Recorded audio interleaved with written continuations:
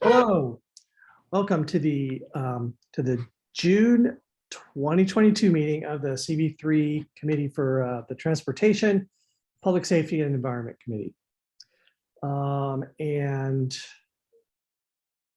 Okay, so people are probably used to our meetings by now. We will, there'll be public comments for each item at some point during the item. I'll ask people to raise their hands for that and to speak when spoken to. Obviously, the committee also, when we're doing committee debate, will do the same thing. And I don't think there's anything else I need to say about that. Can we take the roll call?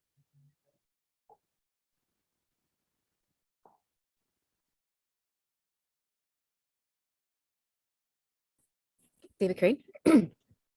Yes, here. Hello. I think I'm lagging. Oh, okay. Here. Michelle Cooper-Smith. Present. Wendy Lee, present.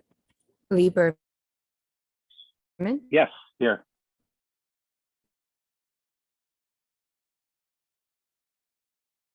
Did you get me? Terry Durrell.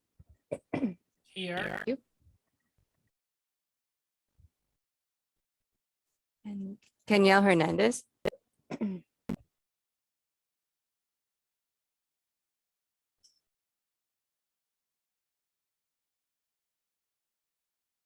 Kenyelle. Kenyelle? No. All right. Thank you very much. Okay, thank you. So we do need to approve the previous month's minutes. Are there any changes that people think we need to make to those minutes? If not, we're going to consider them approved. I don't see hands raised.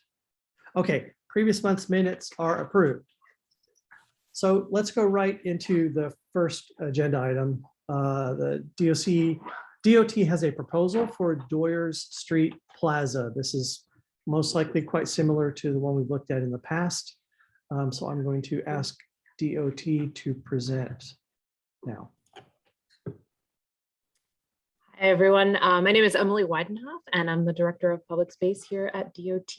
Could someone give me screen sharing capabilities so I can share our presentation? We're here tonight to talk about Doyers Street. I'm joined by Jen Leung, who I'm sure you all know very well, along with Wellington and Chelsea from the Chinatown Partnership.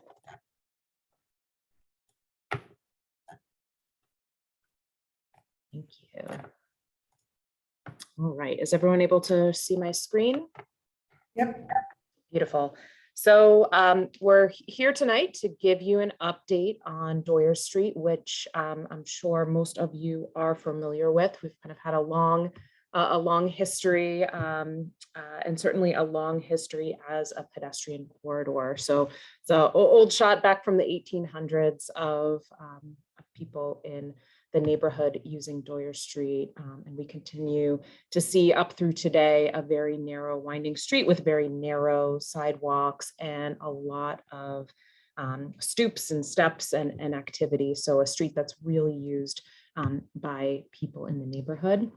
Back in 2017, as a precursor to our what would become our Open Street program, we hosted our seasonal streets program where we temporarily pedestrianized the street, brought in artwork, and really saw a tremendous amount of success, added public seating.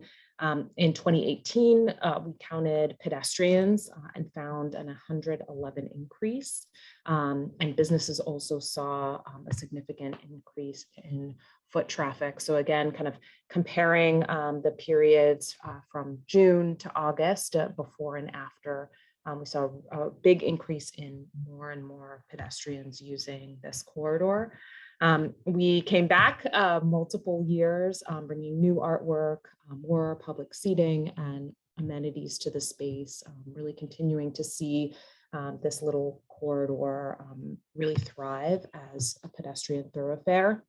And then when the pandemic hit, this became one of our very important open streets where we were able to both overlay the pedestrian priority area with outdoor dining. And so it became really important pandemic response to allow restaurants to operate when either they weren't allowed to operate inside or needed to operate at very, very limited capacity. And again, the street continues to really thrive with all of the seating and pedestrian use. And we continue to work with our partners, the Chinatown Partnership, to continue to bring additional engagement and public life to this corridor. We have done over the years a lot of community engagement, really trying to understand from a whole host of folks how the street is working. For us, it's also really important to understand how the public is using the street, but also how the merchants are using the street. So most recently, what we're really honing in and focusing on is how we manage deliveries and trash, which are really kind of the two biggest needs on the street as we look to permanently pedestrianize the corridor. We found that almost all businesses receive deliveries on a daily and weekly basis. So this is not a need that is going away, and it's something very important we need to account for. And then we also see very regular trash pickup, particularly during the weeks. The weekdays, but at the same time, we saw a tremendous support for making the pedestrianization of Doyers Street permanent. So the proposal that we are here to share with you tonight and get your feedback is to permanently pedestrianize Doyers from Pell all the way down to Broadway. We would use not the paint and the temporary artwork that we have in the past, but we would use our epoxy gravel markings, flexible delineators, planters, elements that are quick to install, but more substantial than we have installed in the past. That would also allow us to create a geometry at the Bowery end of the plaza where we could cross and shorten the pedestrian crosswalk. And then key to making this proposal work, we think, is to really think about curb management and make sure that we are leaving space for a lot of the deliveries, pickup and drop off activity, sanitation pickup, things like that. So here in the drawing, you see the 85 feet. This is currently 2-hour commercial meter parking, and we are looking to convert that to new loading space that would allow for a whole range of commercial activities. And then we did find, we had our borough engineering and parking teams look along the corridor, and there is a no parking 7 a.m. to 7 p.m. Further south on Bowery, where we might be able to get some of that 2-hour commercial meter or parking back. Here is a photo showing you our interim plaza toolkit. Again, you can see the light colored gravel that we put down on the street. This is really slip resistant. It reflects light. It's a very, very durable surface, along with the markings, the flexible delineators that have a reflective edge, and then planters and movable tables and furniture. Again, key to, we think making this proposal work is to work through particularly the trash and sanitation operations. This is where the Chinatown Partnership really comes into play and can be a very valuable asset. So we're going to continue to work with the businesses and with the bid to figure out the best way for managing trash, for carting it from from the different businesses to particularly the Bowery end of the block to be able to have kind of dedicated space for pickup. And slide. And this is our last slide here. And so in terms of next steps, we would like to talk to the community a little bit more and making sure that we're hearing all those needs. So we're here tonight to ask you to help us in getting the word out. We have a digital survey, SurveyMonkey. The link is here.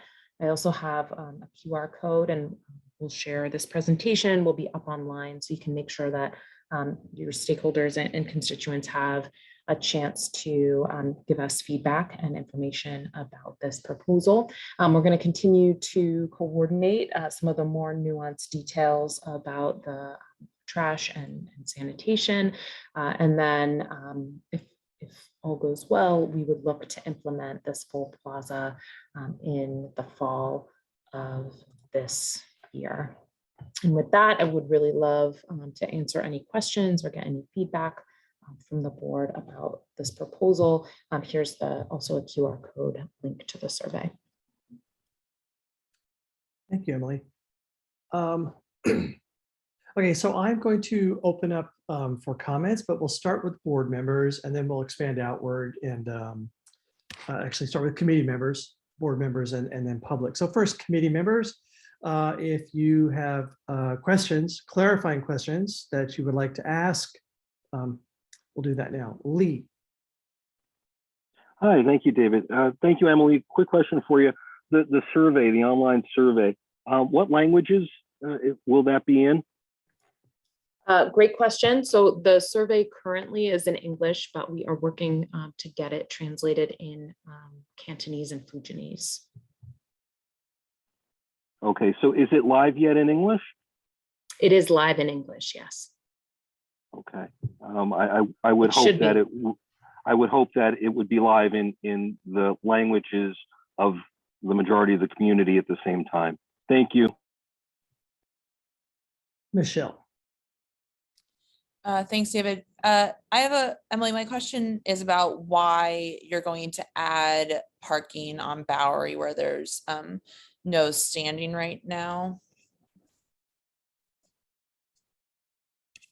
So generally, just very high level, we typically like to see if there are kind of any locations where we might be able to get some kind of metered parking or commercial usage back when we take it away.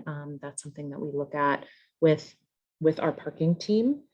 So it's not necessarily critical, but we do see, you know, a lot of commercial activity, a lot of short trips in the district, and so we'd like to see if we can kind of bring that curb regulation further south. But I don't think that you're losing parking by closing Doyers Street, are you? There was never parking on Doyers Street. Right, what we're replacing is that 85 feet just north of Doyers Street on Bowery that I mentioned. That is currently 2-hour metered parking, and that will be converted to delivery space. So pick up and drop off. We're still you know, thinking through the exact regulations. There might be a neighborhood loading zone for a portion of that, but it's specifically to offset that 85 feet. I see. Okay, well, I would just say that we put consistently in our district needs that we need more loading and unloading, not that we need more parking. So perhaps you can take that into account, even because the 3 hour is actually kind of long. So maybe, you know, more of a neighborhood loading zone or 1 hour even. So thank you. Totally great. Yeah, thank you for that. Thank you. So Carlin. Hi, thank you. Okay, I'm concerned who's going to regulate the use of the open space when it does become an open pedestrian plaza permanently.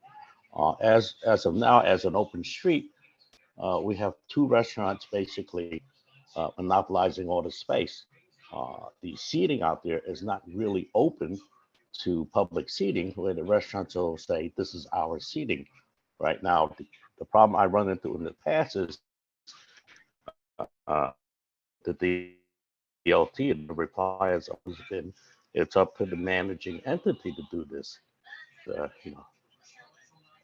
it's going to be a true pedestrian plaza, it's open to the public and not to be monopolized by two restaurants or three restaurants on the block. Right? And I understand the deal.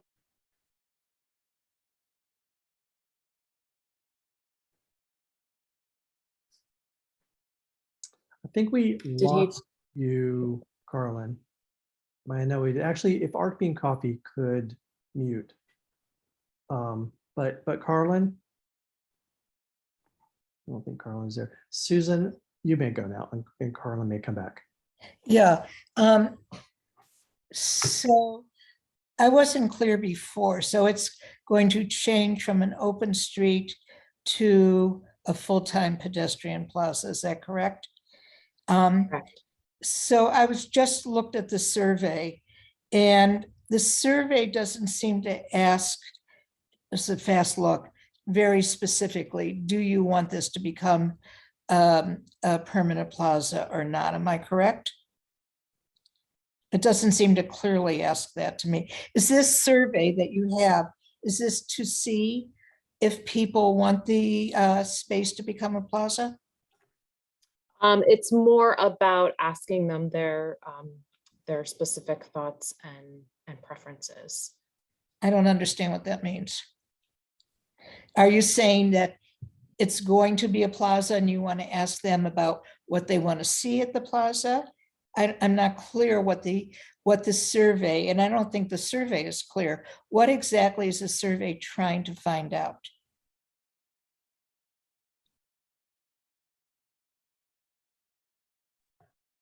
Would you like me to read through the survey questions? No, So everyone can see it? I just looked through them very quickly, and it's not clear to me from the question. So if you could just tell me, like in one sentence, we are trying to find out, whatever. What is it the survey is trying to survey?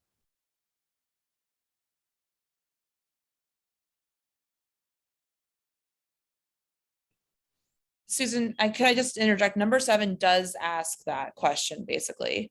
I would like Doyers to be car free all the time, sometimes. That's not a plaza. That's not a permanent plaza. I don't think, I read that. I don't think it's very clearly stated, but I'm also not absolutely clear on what this survey is. And so part of what I'm kind of trying to figure out is, I assume that DOT is going to ask us to vote tonight to support or not support. And I'm wondering if it's just, why they're doing the survey after that vote. I guess that's I don't think the questions on the survey, I just don't think it's extremely clear what they're trying to get at and why they would be doing that after a vote as opposed to before a vote.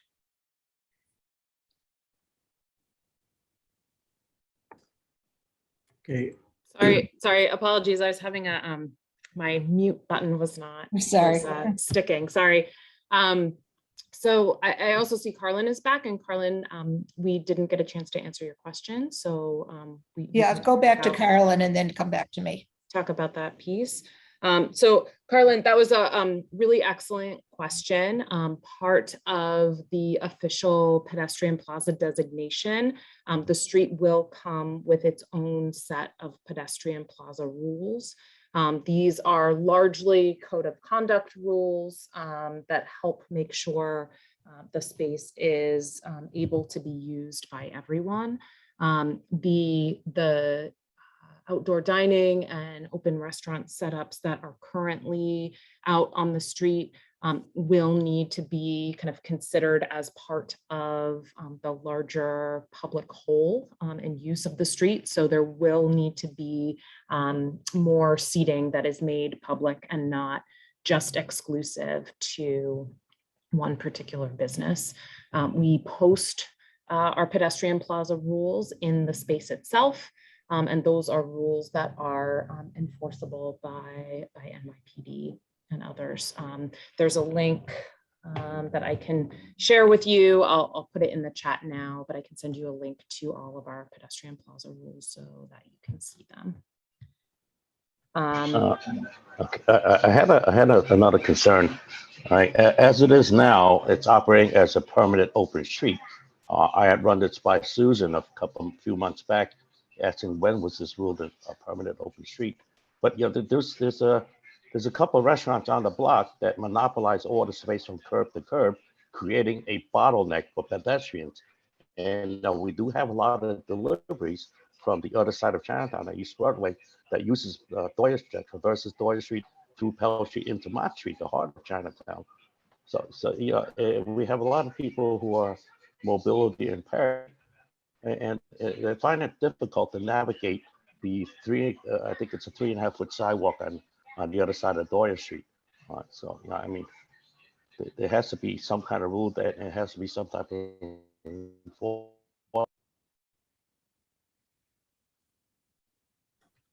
So you cut off a little bit there, but I think the root of your question was making sure that there is an ADA accessible path down Doyer Street. No, Was that the your concern was question? was leaving enough space for pedestrians and ADA wheelchairs and even delivery men with their hand trucks to navigate. Right as it is now, there's a Lanzu handful noodles that has 12 seats on inside the restaurant, but puts out 80 seats on from curb to curb, from the entrance of their restaurant all the way to the other curb, which is only about a 3-foot curb at that point. And people, it creates a bottleneck that I think is dangerous. And God forbid something, there's an emergency, I'm looking for who's going to enforce the rules. We can't depend on a local entity who's Yeah, so again, I think that's a really important point, and something that we'll absolutely work on and make sure that there is a clear path through the space, and that the entirety of the street is not solely exclusive and not just for particular restaurants. That will be part of this next layer of the design. So actually, I have a question then. So the We're open, going to go back to mine also, right? oh, I'll go back to Susan now. Okay, so if I could still, 2 issues. One, what clearly is the surveying and, why are we voting before? And I'm not for or against, I have no opinion whatsoever on the plaza. I'm just trying to understand the process. Why are we looking to vote before the survey is done? And just to go back to what Carolyn was saying, won't the Chinatown bid be managing the pedestrian plaza? The Chinatown bid will be our pedestrian plaza partner. So they're the That's ones that correct. would be having people there to enforce everything. Along with DOT and others. Okay. Yes, but we will be working on a layout that is different from the current outdoor dining layout, to clarify. We are not necessarily, we're here tonight as an update. We're not necessarily here to ask you for a final vote. We are here to keep you guys as included and part of our process. That's really why we wanted to get to you tonight at the start of the public survey, so you could really help us get the word out and collect feedback. So we leave it to you if you want to vote tonight, or if you'd like us to come back in the fall before we implement, to get the results of the survey formally and talk about any updates to our sanitation plan and where we've landed with some of the curb regulations. Thank you. Again, we're here tonight collecting feedback. That's very helpful. Thank you. Okay, Mei Li.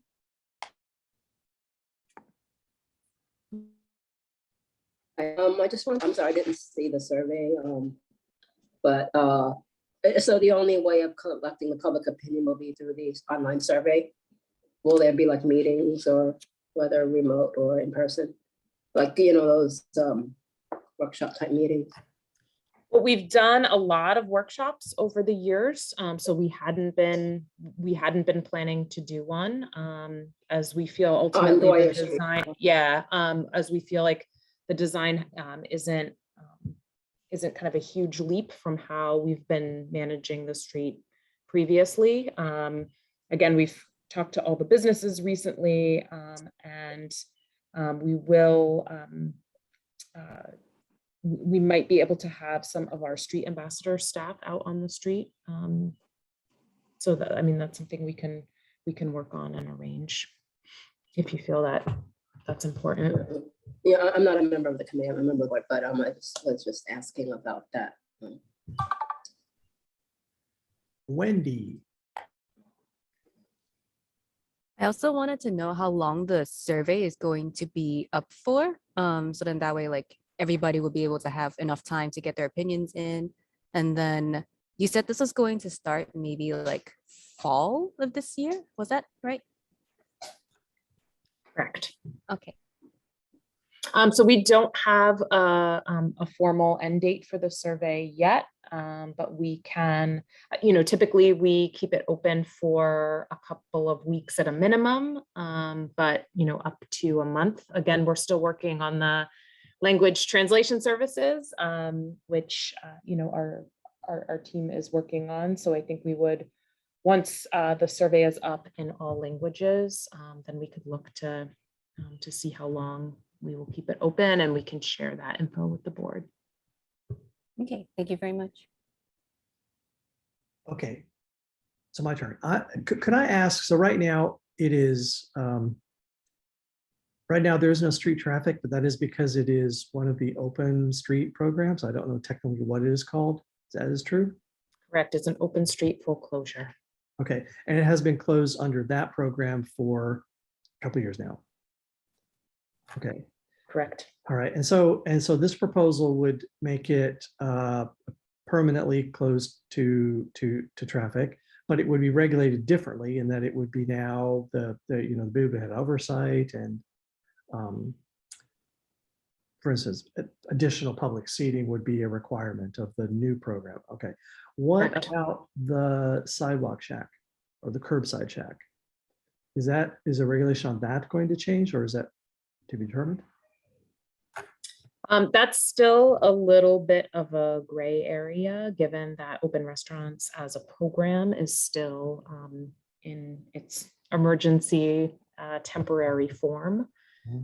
So I think it's still a bit of a gray area. Okay, so the two programs may be overlapping in some sense. So if that weren't the case, how do you foresee allocating the commercial part of the space, or would that be allowed?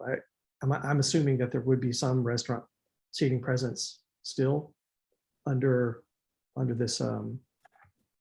So as part of our Plaza program, we have a management tool called a concession agreement, where we can enter into an agreement with our Plaza partner. So in this case, it would be the Chinatown bid. And the bid has 3 different opportunities to generate revenue, all of which would go back into the maintenance and management of the space. So those revenue opportunities are an additional fee for commercial events, in addition to what the city collects. So that's anything that, Coca-Cola wants to have branding and hand out, free cans of Coke in the space. That is something that can generate revenue for the bid. The second thing is limited sponsorship. So that's if, there's a small label that says, Chase Bank sponsors plantings in the Plaza. That's a second opportunity. And then the third opportunity is a sub-concession. And we do have some limited opportunities in a select few of our plazas to have some exclusive seating associated with that subconcession. That's not currently the case for this particular plaza, but it could be in the future. Our rules around that are that there is an 80-20 split. So 80% of the seating in the plaza must be public, and up to 20% of the seating could be exclusive as part of a subconcession. All DOT subconcessions must go through a public RFP process. So it is an open and competitive process. But it seems, so it sounds to me like, well, thank you for that clarification. It seems to me that until the open streets program, that's in flux, right? It's not really clear exactly where that's going, but until that time, would there be a change under this program in the fall if the open streets, emergency regulations were still in effect? So you mean open restaurants? I do mean correct? open restaurants. Okay, great. Yeah, so I think that is that is a detail we need to work through. Again, it's a bit of a gray area. So there may be no change regardless of whether you do this in fall 2022 or not. It sounds like it. Well, we definitely, as I said, we definitely want to look at the overall layout of the space. I mean, everything has to be removed to be able to put down the new gravel surface and our markings. And we definitely need to make sure that the accessibility piece and the circulation piece of the layout is improved. So that's one of our priorities with this next level of implementation. Okay, I understand. Are there any other board members or community board, so like committee or community board members who want to speak? There are new board members, so I'm not sure. I don't recognize Phil Chong, but Phil, are you a board member? If not, you'll be the first public speaker in a moment. Okay, not. Okay, so for the public comment and question period, what I'm going to do is ask Michelle, who's doing the electronic running of this meeting, to get ready with a timer. And I'm going to allow people from the public to speak for 2 minutes each. And, we'll take one after another in the order in which I see hands happening. If we get to the point where there's been quite a few speakers and it seems repetitive, then we'll revisit if I'm going to take everyone or not. But until such time, are you ready, Michelle? So Michelle's going to put up a timer that's going to, count down, and we're not going to be rude or anything, but at the end of 2 minutes, I will say, can you wrap up? And I'll give you a little bit of more time if necessary. Phil, will you go, please? Hey, everyone. Thank you, Emily, for the presentation, and thank you, CP3, for listening to the community. I'm Phil Chong. I'm a property owner. I own 2 buildings on Doyers Street, one at 19 Pell and one at 19 Doyers Street.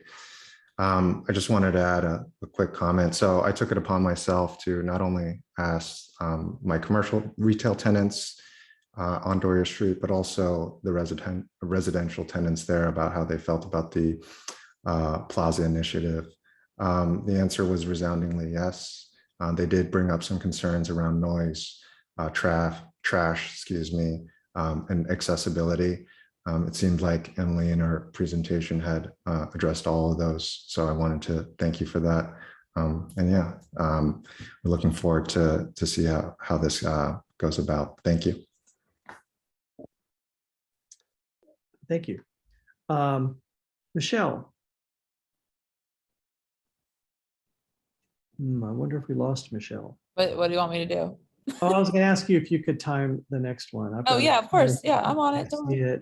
Oh, so are you able to display it so that we can? Oh, you want me to share it? People don't always like it. Sure. They don't always. Does everyone know that you can? I think we can do a split screen so people can actually see the speaker on one side, but I know it's hard because these programs are so incredibly flexible. Unless we had a way to signal to someone that their time was getting close. I know it's terrible to look at a red timer screen, but if you could do it, Appreciate it. I'm gonna stick, so don't fire it up yet. I'm gonna stick my view on side-by-side speaker. If you click up in the upper right corner and well, I guess I can't see myself because I'm talking. And I don't have the list of Andrew Lamb. Andrew Lamb. Okay, Andrew, go. Hi there. Hi, CB3 members of the public. My name is Andrew Lamb, Director of Finance for Tuxedo Hospitality. We're part of Chinese Tuxedo and Peaches on 5 Doyers Street and the Tiger on 1 Howard Street. We've been operating Chinese Tuxedo and Peaches on 5 Doyers Street for the past 5 years. Presently, we're not utilizing the open restaurants at 5 Doyers Street, but we did for a short period of time during the pandemic. And then just quick background on myself, I've happened to spend a portion of my childhood in Chinatown as well. I used to run errands to the post office for our family business when I was a child across the street. On behalf of Tuxedo Hospitality, we support the DOT's plan to upgrade Doyer Street into a permanent pedestrian plaza. The increase in foot traffic on the block will dramatically impact businesses on the block in a very positive way and help revitalize the neighborhood after a rough 2 years. One of the improvements that this upgrade will bring at the start is definitely improving the trash situation in Chinatown, specifically in Doyer Street first. The DOT is working actively with Chinatown Partnership with us to centralize the trash and move it away from Chinatown in this area. This will definitely help improve the vermin issue on Doyer Street and Pell Street that we've been experiencing for a while.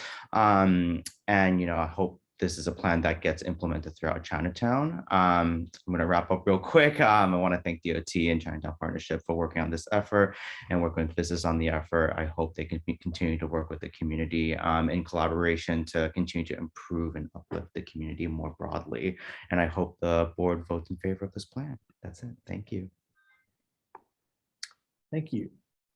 There's no more speakers. I know. Oh, actually, I found the way to put it up on my screen. There are no more speakers. Or is there anyone else who wants to speak on this from the public? I'm going to go back to committee if I don't see a hand raised. If you are struggling to find your hand, go ahead and unmute and talk. I'll recognize you if you do. Okay, so I'm going to reel this back to just the committee now. Yeah, David, hey, Go ahead. just wanted to, hi, it's Chelsea from the bid. I just wanted to thank some of our colleagues for being on the call as well. But also mentioning there's a couple other small businesses on the call. I'm not going to call anyone out, but I just wanted to thank you for being here. Thank you. Is there anyone else who's wanting to speak before we go into a committee debate? All right, so committee. I'm going to set a timer for us to debate for 10 minutes. And then at the end of the 10 minutes, we will decide if we want to continue or not. Is there anyone on the committee who wants to speak? I'm timing, by the way. What are you debating? Just what do we want to do? Is there anything the committee wants to do? Susan, is your hand up? I'm going to suggest that since there is still public input being done and since there is still being design being implemented, that you wait until they come back with the survey and the final plan. Michelle. Yeah, that was sort of my question, which is if Emily, I mean, we don't have a meeting in August is the only thing. So I don't know if they're thinking about doing, like, I would hate to delay this because we don't have a meeting in August, you know what I mean? So I'm not saying that we should vote on it now, but if they could maybe aim to come back next month or something, I don't know. I just wanted to flag that for Emily that we don't have a meeting in August. Yep. Yeah. No, we understand most boards are off in August. So we could talk, Jen and I can go back and talk if it makes sense to come back to your July meeting or to your September meeting, depending. And I don't know if you all have a preference, but. If you're going to want to come back in July, if you could let us know by the end of next week. Lee, Michelle, are you done? Yeah, yes. Just wanted to echo what Susan said. I would prefer us to hold off on anything until we have the result of the outreach from the community. Thank you. Lee, Michelle, other committee members? Michelle, you again? No. I see no hands up. Okay, so I see Tariq's thumbs up. Tariq, Tariq, did you want to speak? I agree with the committee in the direction we're moving. Okay, so what I'm going to do is put it back on the agenda next month so that we can form an opinion. If DOT will come back, that'd be great. If, we'll see what DOT decides to do, but the committee will have to make a decision at that time. I mean, we could defer again, but we need to understand, yeah, that they want to do it in the fall, we really kind of should owe them an opinion next month. We're not going to have any survey information if DOT doesn't come back next month. Okay, well, we will want DOT back. You don't want to wait and see if they want to come back in September? Well, September is putting it out. I mean, I think I do want it on our agenda, whether we deal with it next month or not. I don't want to wait let's see what comes. Let's see what happens in the next week. Okay, Carlin has his hand up again. Carlin, go ahead.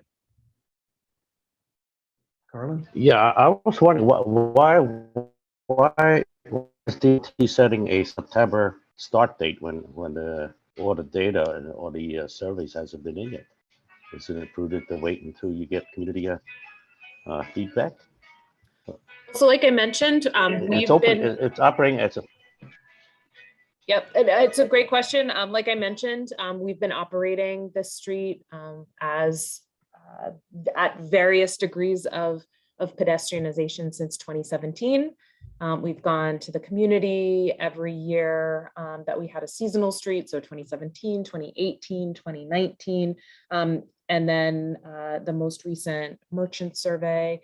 So I think we feel pretty confident in terms of overall support from the community.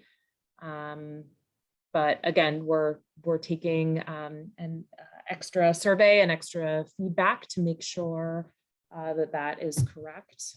And we are, if at all possible, we do want to squeeze in implementation this fall if we can. It's a relatively small and simple site for us to implement. Our season, really ends the first couple weeks of October. So again, I think we'd be happy to accommodate and try to come in July if that works with our borough commissioner's office. Yeah, but we're basically asking you to push it back another month. So The maybe we October. sounds like two people on the meeting. I am unwilling to make the decision based on that. It's up to the committee to decide if we want to wait until September or July, and we're going to make that decision in July as to whether we do it in July or in September as a committee. That's the democratic way to do this. Is there any other discussion of this before we go to the next item?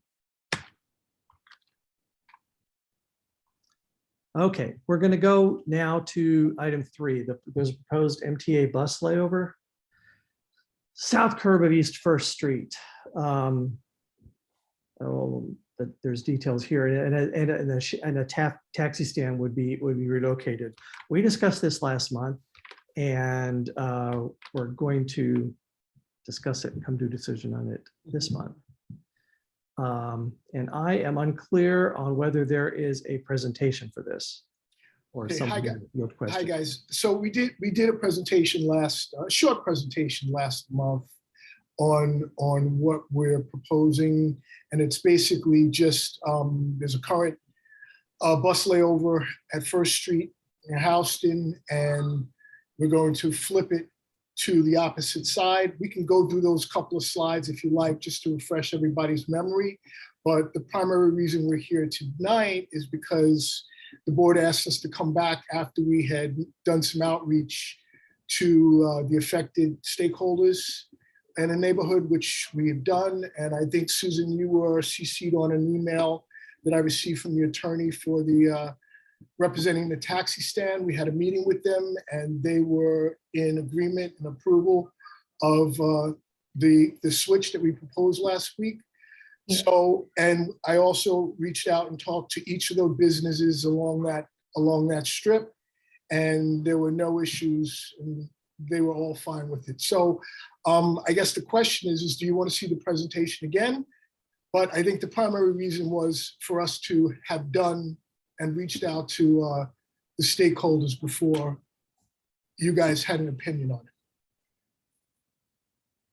which that has been done. Right. So I am going to, well, ask committee for, if the committee has clarifying questions. And committee, same thing as we did before. Lee. Yeah, if I remember correctly, there was a concern by the apartment complex.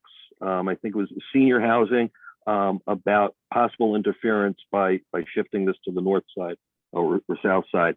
Was any additional outreach done with that apartment complex and any conclusions? I think it really hinges on, I mean, DOT's responsibility is to make sure there's a clear path for the entrance to the apartment, and DOT is actually on the call right now. So I'm not sure if they have any comments on any adverse effects that this proposal would have on the apartment complex. I actually checked it out and it didn't look to me like there would be any adverse effects. Great, thank you. Okay.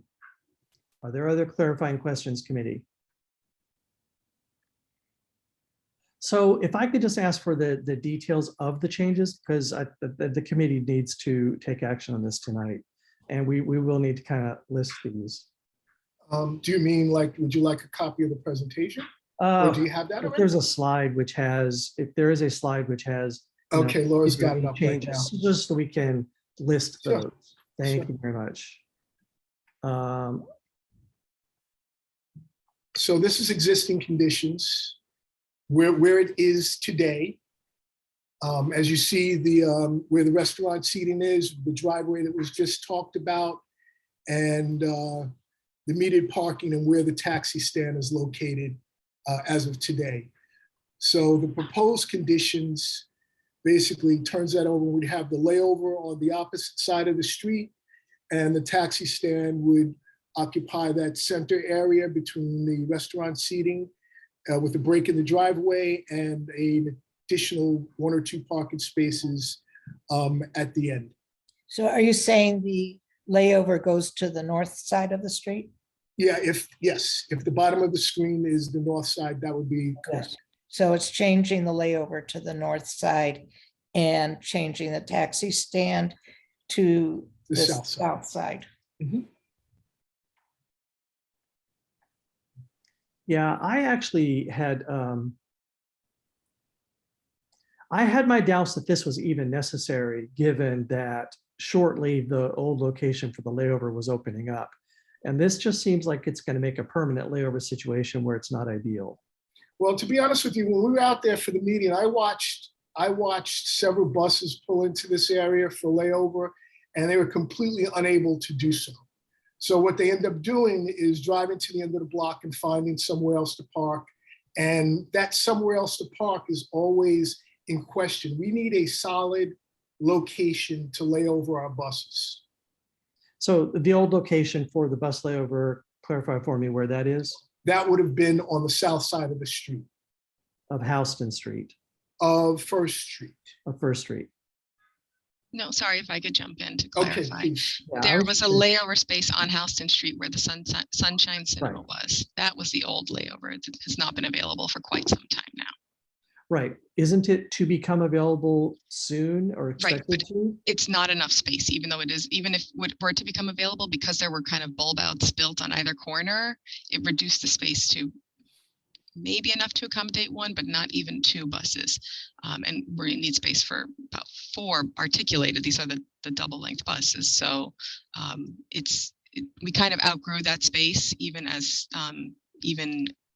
it wasn't available to us. So we have been using this area on First Street when it is available. The problem is that when it's not available, buses have already pulled here only to get here and find that they can't use it. Now they're going to go wherever they can, which is not great for the community at all. And sometimes they, end up hanging out on the bus stop on First Avenue or in a bus lane. And it's not good for bus operations. It's not good for customers. It's really not good for anyone. So what we're asking for is this dedicated and reliable space, a space that we know is ours and that there aren't going to be cars parked in it, that's showing up early for the metered parking, that it's really there and it's our space and we can, rely on it being open and available to us every day.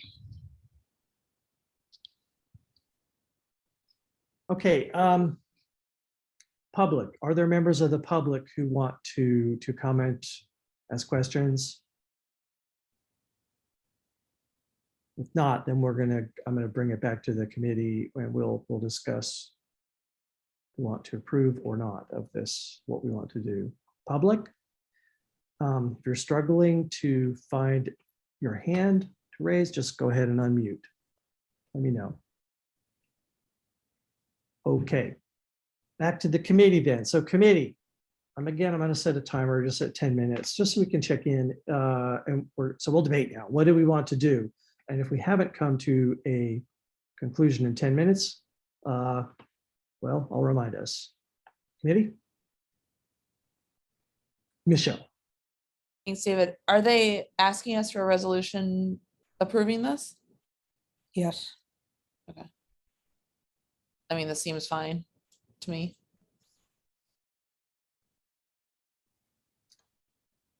Are there any committee members who feel otherwise, or where you would or have questions for the committee that help you decide the kinds of things you in debate? Michelle, was that a motion? Then, yeah. Make a motion to write a resolution approving. Yeah, let's start crafting that. Wendy, are you available to bring up a Word document maybe? Wow, I haven't crafted the resolution. Usually, in the old days, I would be writing notes down. Thank you, Wendy's co-host.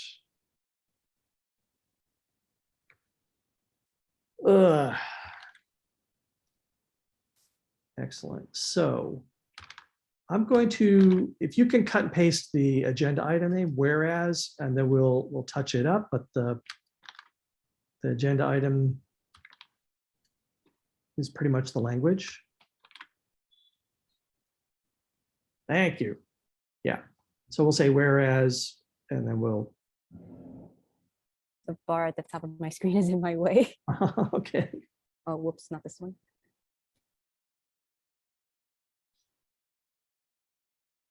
Great.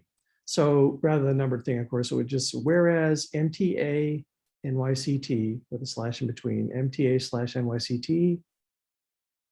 New York City Transit, yeah, has proposed an MTA bus layover. MTA bus layover. Sorry? Oh, no, go ahead. On the south curb. MTA on the south curb of East First Street between Houston and First Avenue. Yes. Of East First Street between, and it's a funky intersection, but that's where it is, between East Houston Street and First Avenue. That would that would serve, as layover from, and then those times 7 days a week from those times, that AM and that PM.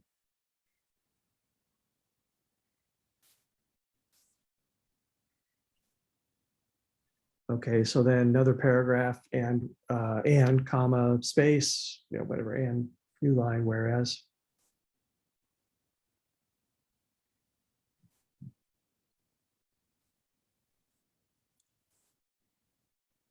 Let's say that there's existing which if the existing taxi stand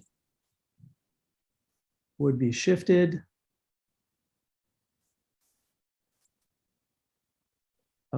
from the south side of East First Street to the north side.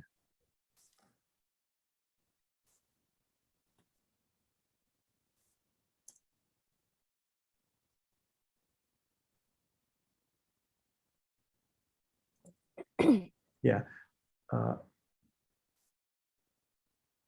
And put side from the south side of East First Street. Yeah. My eyesight must be improving because I can read it. Are there other changes involved in this? There were. Hey, David. Yep. Just so you know, we only need the layover of 5 days. 5 days a week, Monday through Friday. We don't need to. Thank you. Monday through Friday. And the existing taxi stand will be shifted from the south side of First Street. Isn't it on the north curb right now? I'm not sure if I understand that language, but you guys know better. Well, I think it's correct as written. Okay. Yeah, I thought so. Okay. Used to live up there. Yeah. Yeah, it's whereas the existing left off a T there. Okay. Now, what does remember the gentleman who was here from the housing, from Meltzer Housing, who was concerned about access into the driveway there? Yes. Yeah, yeah, it's accessible. It's totally accessible. Okay. Is there anything else we need to say except for finally there's going to be therefore be it resolved? That's describing the situation. Should we be describing which bus routes it's for? The committee members may the board members may want more detail on this. Does anyone on the board think there needs to be and want to suggest clarifying language? If you think it's necessary. Or I think that they usually put a slash between MTA/NYCT. And I don't know, do we need to put New York City Transit in parentheses after that so that people know without having to ask? Yeah, I think we should. New York City Transit. And that's all we need for clarification, right? Yep.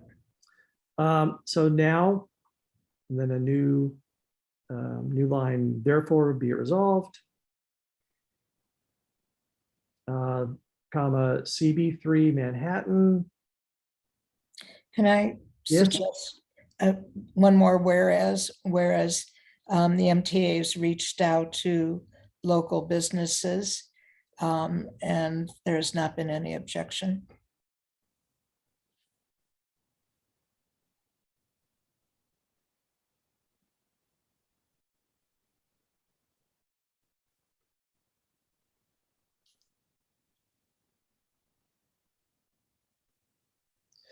Excellent. And then comma now at that point. And just as stylistic, but write the word now. Yeah, and then on the one above, it's comma and. Right, and go ahead and get rid of the semicolon at the end of the first one. Okay, so at the very bottom, CB3 Manhattan approves of the installation of the MTA bus layover. Okay, just cut and paste stuff from above at that location. And then we'll put the other one, the taxi stand on the north side, blah, blah. Right, that much of it. Yeah. And then a taxi stand. Would it be a separate therefore, or would it be still the same therefore? I would, well, I think we can just put it in the same one. Okay. Yeah, and then.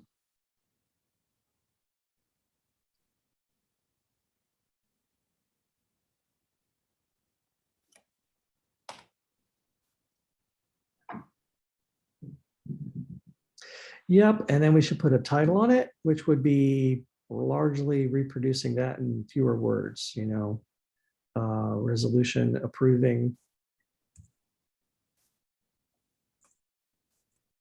MTA bus layover on East First Street between his house and First Avenue. That'll summarize it. They usually change those to say CB3 approves MTA.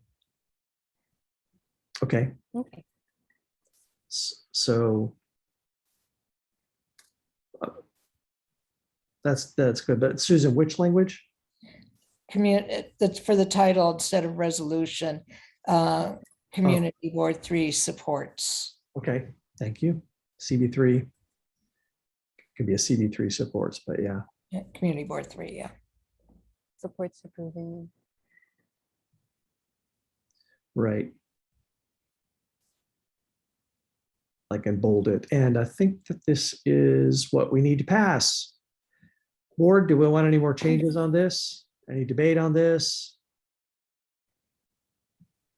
I think we can then go to a vote. Right? Nobody's struggling to unraise their hand. I mean, raise their hand. All right, Wendy, you want to take the vote? Should I have you go last? Yes, please. Michelle Coopersmith, Yes. Wendy Lee, yes. Lee Berman, Yes. Tariq Darrell, Yes. Kenyelle Hernandez, Yes. and David Crane. Yes. Thank you. Wow, I am so looking forward to meeting in person. A little bit of trepidation, but I'm looking forward to it. Okay, we'll do the next item now. DOT is gonna, we're gonna get an overview of the Open Streets program and discussion with DOT on current open restaurant program with Q&A. All right, so let's see if we can structure that. So DOT, are you prepared? Hey, everybody, I'm back. Could I have screen sharing abilities again?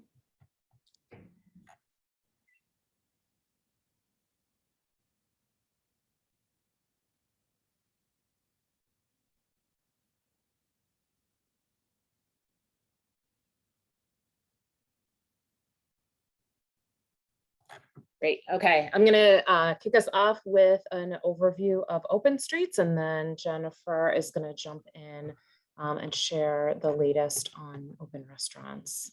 Is everyone able to see? Yes.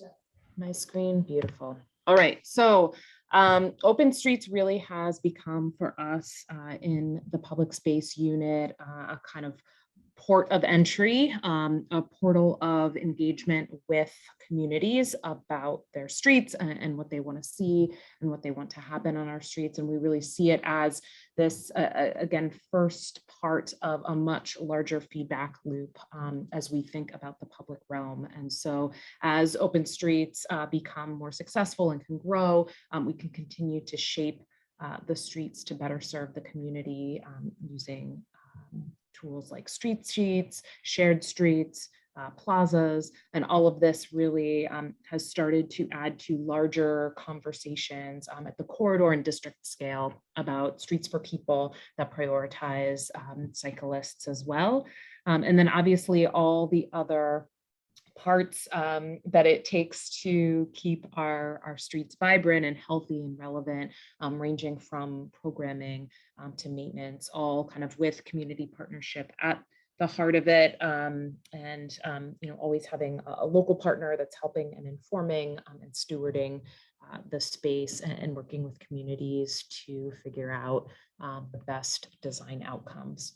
So for 2022, this is our third season, our first season as a permanent program. We do have legislation from the de Blasio administration, and we're really looking to kind of build on the past 2 successful years, but move kind of beyond pandemic response and really build out a more solid permanent program. So that entails everything from developing permanent rules and guidelines, all of which will be made public in the coming months, working out a more detailed elected and community board notification process, and then operationalizing the program into kind of the wider New York ecosystem. We also really want to make sure that we are prioritizing equity, and that is definitely focused on our partners. So we have more funding and grant opportunities from our partners. We're able to prioritize using our streets plan priority investment areas and give neighborhoods extra support, most recently via the Cleanup Corps program, as well as deliver new metal barriers and signage and other public amenities. And then lastly, as I said, we're really looking to evolve beyond the barricade. It was a very useful and ubiquitous tool, but not a perfect one by any means. So as open streets become successful, we really want to work with communities to really more permanently shape the streets to enhance safety and accessibility and the overall public realm. There are 3 types of open streets in our program. The first is limited local access. These are streets that are designated as slow speed, pedestrian and cyclist priority. We have a 5 mile per hour speed advisory, but local vehicular access, pickup and drop off, deliveries and parking is all still allowed. We then have open streets full closure, which was Doyers Street, as you know, we just talked about, where the street is fully closed to vehicles, and that allows for a whole host of additional programming and set of use by pedestrians. And then the third branch of the program is full closure for schools. And this is a program that is really catered towards the particular needs of schools, whether it be to provide more space and safer space at pickup and drop off, or to provide more space for activities during the day. So here's an example of our limited local access type street. This is on Willoughby Avenue in Fort Greene in Brooklyn. You can see parking is still allowed, but there are traffic calming elements in the space. This is Amsterdam Avenue in Manhattan. This is an example of a full closure, again, where there are no vehicles, and that allows for programming for more pedestrian circulation for restaurants to expand and come out and use the space. And this is Carroll Street in Brooklyn. It's a full closure for a school where recess and other physical activity is happening in the space. Another key update to the permanent program is really having a more sophisticated weather policy that is very clear across all of our partners. We work within the larger Notify NYC framework, so we are always kind of aware and in tune with different weather events and how a variety of city agencies are approaching it. But we really thought through a more detailed set of ways for our open street partners to respond. So the different types of impacts for open streets during weather events are, as you see here, a postponement where we can ask all of our partners to delay the open street setup until they're able to do it safely, a full cancellation where they do not set up the open street, a pause in the event that the open street is set up, but there is an issue and we need to temporarily take it down. And then mitigation. So we do get a lot of requests that partners would like to continue to keep their open streets up, even in certain weather events. And so that is something we can work with some partners to do, as long as they take kind of additional steps to ensure safety for all parties. Something else, we really worked to crystallize and clarify for the permanent program moving forward is the community board and elected notification process. Per the legislation, prior to any designation of an open street, DOT is required to let all council members, community boards, and community organizations know of the application. So we have a 30-day comment period for the boards. I'm sure you all have been commenting. This is for both new and returning sites that you're able to review and send us feedback. If problems arise, we will work with you to try to figure out how we can best manage and balance all the needs on the corridor, and that can ultimately be up to removing an open street designation if it should get to that point. Community boards will still be given opportunities to give comments via the typical SAPO permit process, and that will be something that is also kind of considered and updated in the open street rules. A couple quick slides to just share about kind of the other parts of our public space work that we are really developing to help support all of our public space work, but particularly open streets. Our public space programming initiative is in its incredibly exciting second year, a tremendous amount of partnerships with everyone from the Bindlestiff Family Circus, who has made appearances on Doyers Street, as you see here, to a whole host of other types of activities that engage with youth and learning activity, education, physical activity, cultural performances as well, all geared towards really engaging with a broad range of the public and civic and local organizations across the city.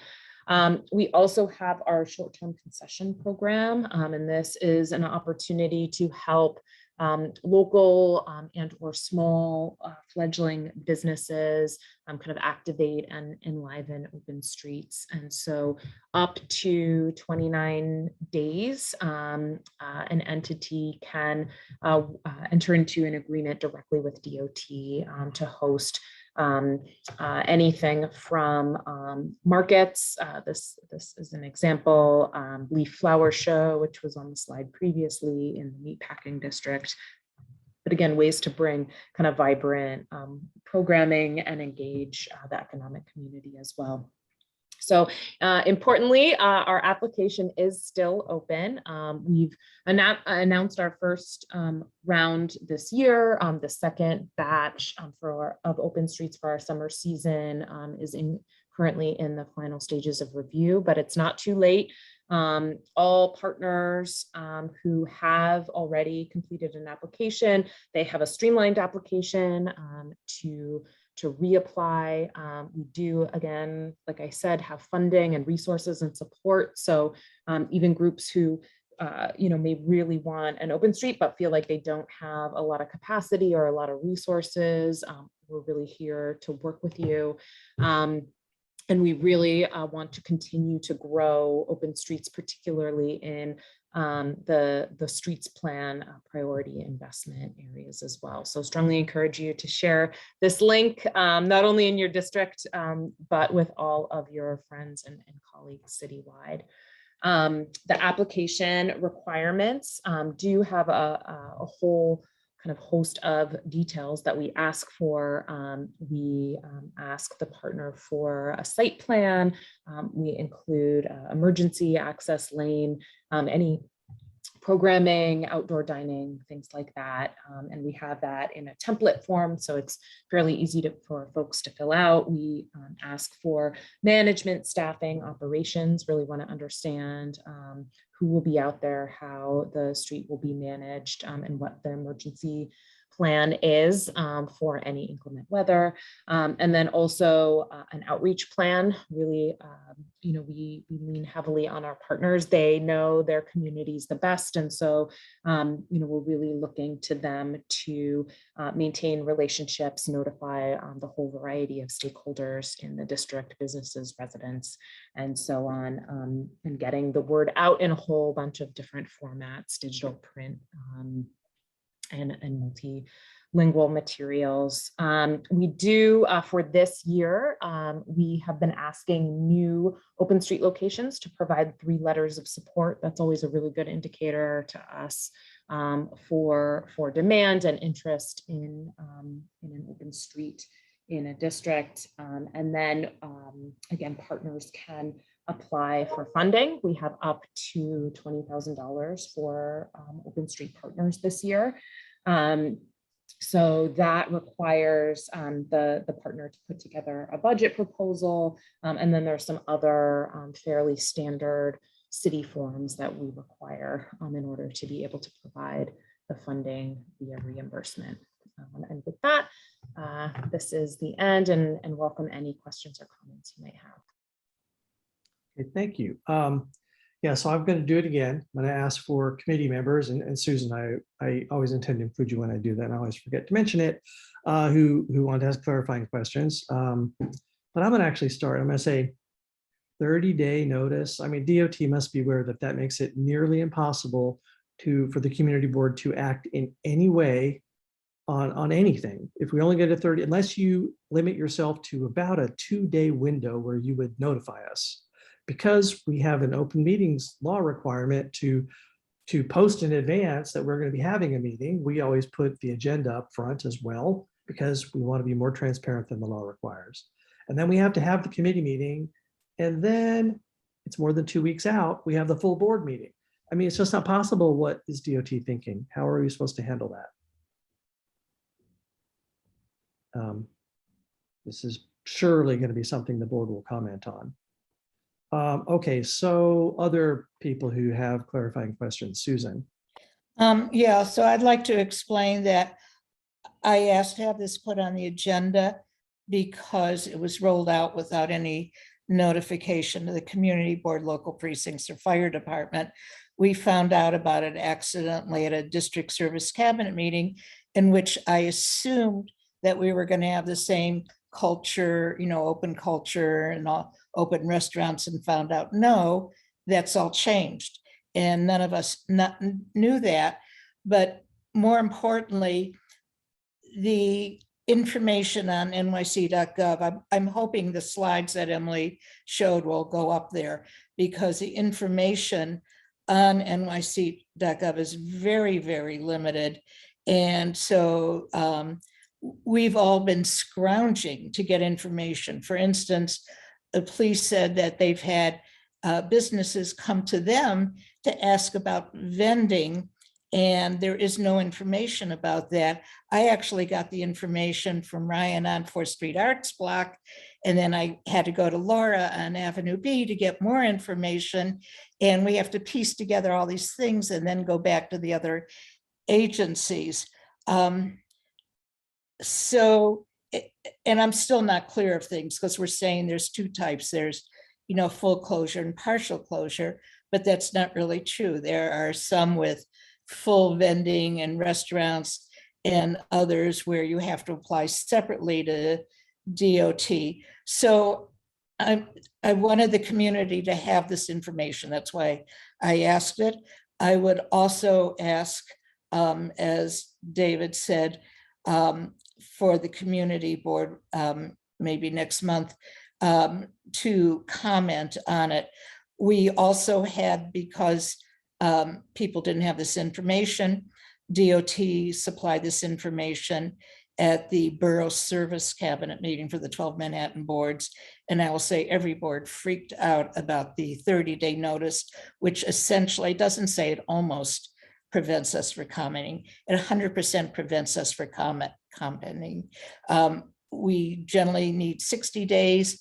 We can sometimes do 45 if we have advanced notice, but 30 days makes it totally impossible. We want to put these on the agenda because the committee and the office don't know the circumstances around each street. We want the people who live there to say, I think this is absolutely great, or I think you should watch out about this. The way it is now, we don't get that. We also are getting the notification in drips and drabs. So one month we might get a couple streets, and next month another couple streets. So this is about improving the process for the community and for agencies to be able to work with the community, give them good information. Okay, Michelle. Thanks.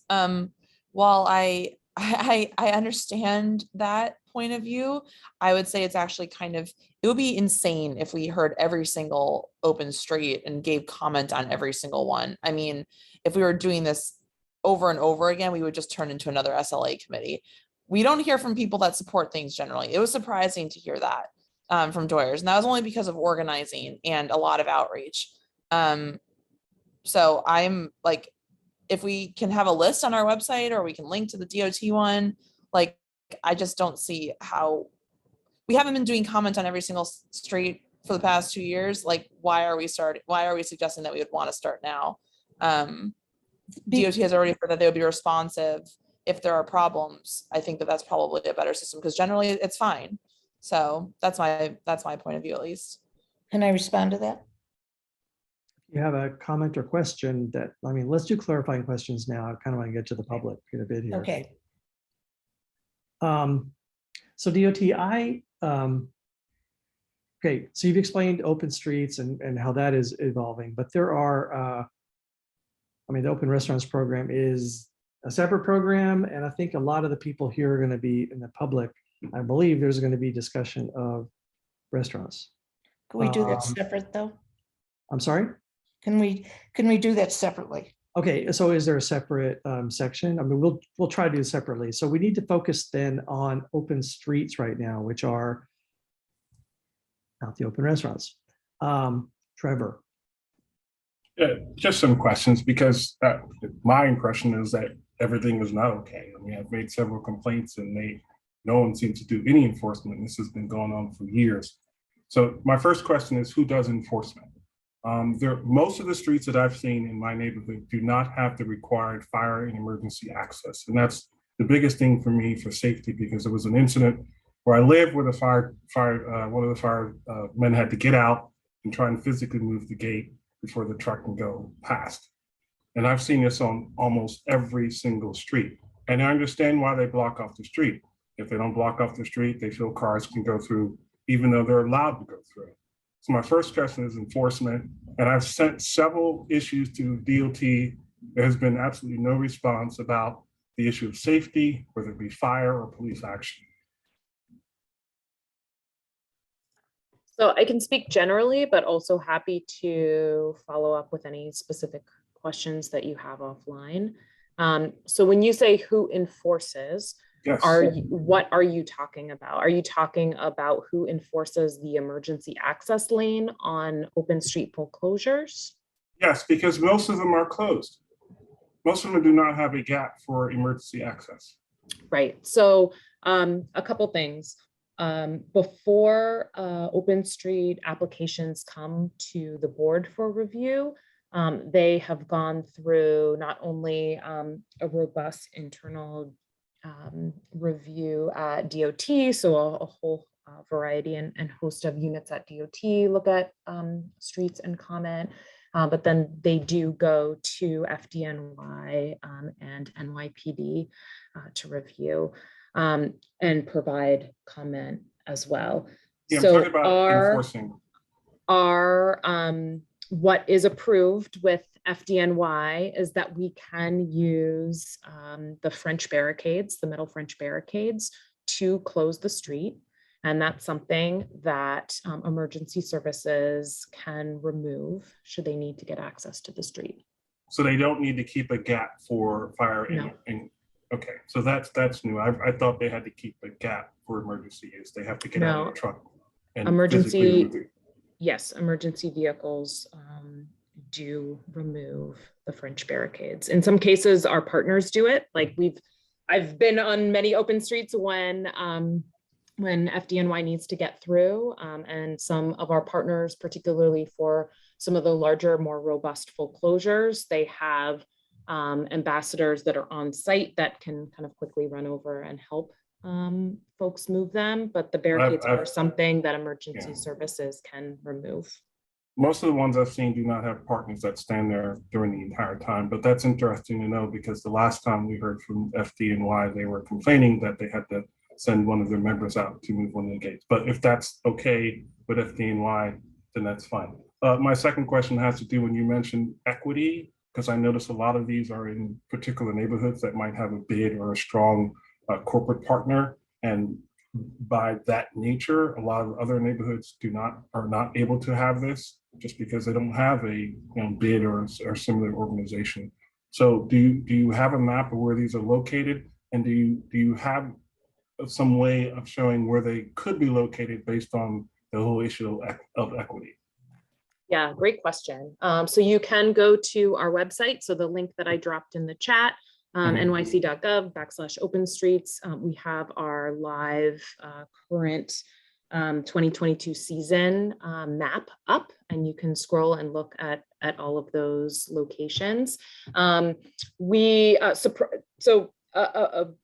Across all of our public space programs, we found that open streets is really kind of the lowest barrier to entry so far.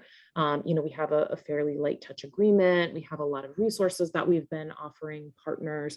So we have seen kind of the most expanded geography of any of our public space programs to date. That said, and I should also say that as opposed to like the Plaza program, for example, where about half of our Plaza partners are business improvement districts. For open streets, it's I think a little under 15% of our open street partners are business improvement districts. It is really smaller community groups, neighborhood volunteer organizations, folks like that. Anyway, all of that said, we definitely continue to really focus on equity. And one of our kind of biggest supportive layers this year is a partnership with an organization called Street Lab, where we are looking to a series of neighborhoods that are in the streets plan priority investment areas where we don't have any open streets.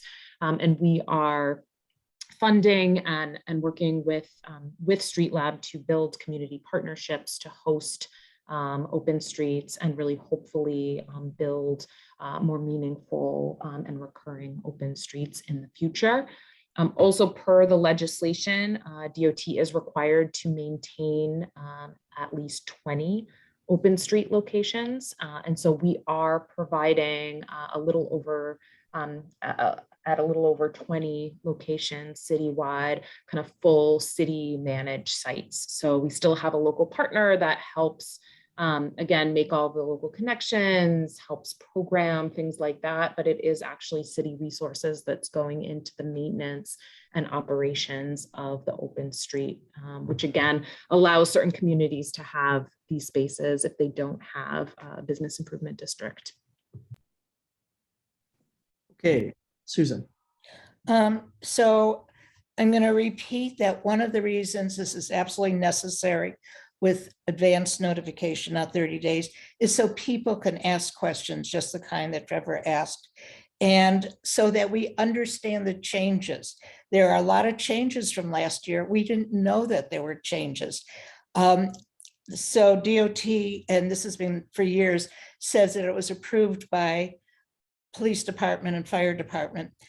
So what they do is they go to one police plaza and, they get a check off, but none of the local precincts or fire departments that have, that actually deal with it. For instance, our battalion chief didn't know about it. Our precincts didn't know about the changes. So that's why it's really important. And as far as approving or disapproving each one, I totally agree with Michelle. I would want to have one list.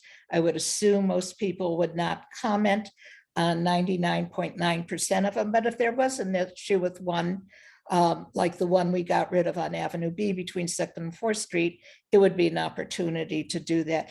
About transparency, there are streets. Let us have the information. Okay, are there other clarifying questions? I would like to. Well, could I just respond really quickly? Okay, sure. I hope that the point isn't lost that the open street program application is a rolling application. So it's not like we have sites that we're not sharing with you. It's that as partners submit sites, we're taking them through review and then we're passing them on to you so that ultimately we don't have a backlog. Again, for us, Open Streets is our lightest touch program that allows communities to test out different pedestrian and cyclist priority treatments on their street. That doesn't make any kind of permanent change. And so we do really believe that, working with communities to allow them to test this out and actually see what happens is a really important part of getting more New Yorkers to engage with public There's space. no disagreement. We want you to come and tell us. That's all. Just say, this is what we're doing this year. This is what we're doing different. That's all. We understand everything you say. And I would assume most people are not going to disagree with it. It's just getting the information. Thank you. Okay, so I'm going to go turn to the public now. And I'm not going to stop people if you don't restrict yourselves to talk about the Open Streets program now, but let's attempt to do that. Talk about Open Streets, and then afterwards we'll switch to talk about open restaurant issues. So we have the timer up. I have lost the view of people with their hands up. Sorry, here it is. I got it again. Laura. Hi, thanks. I just wanted to clarify a few things and comment on what's been said. First of all, the Avenue B Open Street is temporary local access and we're not attended. So it's went from being an all volunteer program last year in 2020 to 2021. And then 2021 into 2022, we have the cleanup corps, which is a DOT contractor setting and managing the barricades. So first of all, just make sure everyone knows that. So I'm the director of, forgive me for jumping right in, I'm the director of the East Village Community Coalition and also co-founder of the Lower Side Open Streets. That's the community steward for Avenue B. So our street, because it's, you can't possibly be at every intersection all the time, does have a worked out arrangement that allows FDNY to pass. So it's just a matter of moving barricades back in if they get moved. It's less than ideal because it also allows cars to pass, but it is an effective traffic calming measure and it functions with always leaving a gap. So what we heard was that some of the shorter streets, if it's just a matter of moving one barrier, that really, it doesn't have a huge impact on the fire department. It's when they had to remove barriers repeatedly that we had to change our arrangement. So I hope that's helpful. And then when we do permanent closures, we do leave a 15-foot emergency lane at all times, even if we actually have the street blocked off and there are people in attendance to move the barriers when the fire department comes through. So that's how we're handling that. And that's, my understanding of the program right now. It is very burdensome for a community organization to try to get the word out to the public on their own. So I think the more forums where people could hear about this, that would be great. I wish the mayor's office would put ads in the back of taxi cabs to explain what it is we're walking into. Thanks just for the ability to make the comments and for the partnerships here. Thank you. Emma Colbert. You can be able to unmute for us. Sorry about that. I thought you were in control of that. Okay. Hi, how are you? Thank you for running the meeting and allowing me to speak. I had two different comments and questions. We're talking open streets at the moment. Is that right? Okay. So I just want to say that personally, I feel completely duped. And that during the beginning of the program, when restaurants asked local block associations and community stakeholders to sign off on their application to establish an open street to help the restaurant survive, we got behind it wholeheartedly, right? And now we have a situation here that's turned into a public plaza that we are now living within. And I would like to know, is this going to be something where the current streets that have been given the authority to shut down, are they going to need to reapply right from the beginning of this program? And then if you could just, that's a yes or no. And I have one other comment or question rather, and that is that the full closure streets force many residents to live within a public plaza and therefore a public party.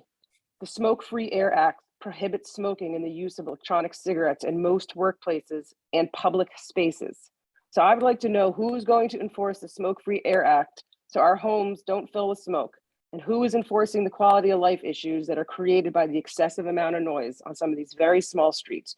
Division Street is incredibly loud every single night of the week, as soon as it's moderately warm until almost completely cold. So I would like to, those are my two questions. Great. So open streets, partners need to apply every year. It sounds like what you're talking about, and certainly on Division Street, it's a confluence of kind of both programs, both open streets and open restaurants. And so again, we'll kind of get to that in the second half, and Jen will take over, but because open restaurants is still not a permanent program, a lot of those pieces are still left to be determined. But overall, the city has been in the new administration, looking to work with folks to take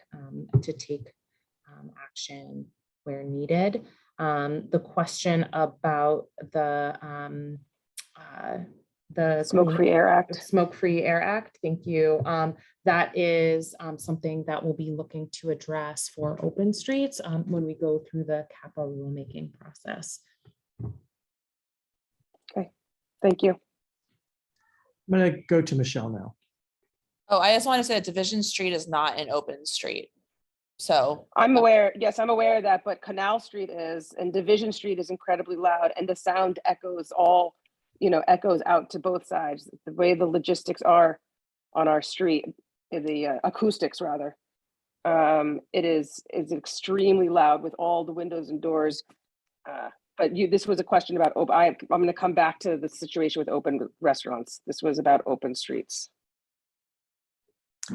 Dale. Okay, thanks.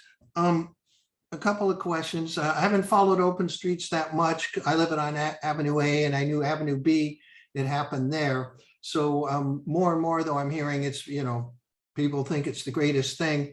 But for someone like me who lives on Avenue A, the increased noise of any type of open any program is a huge problem. So my first question would be, is every street eligible, basically like an Avenue A for the open streets program? And where does an individual stand if somebody, I guess it's businesses are kind of calling for making a certain street an open street part of the program? Where does an individual stand pushing back against that? Or if you're not in favor of, what options or how much weight does an individual who lives right on an affected street have?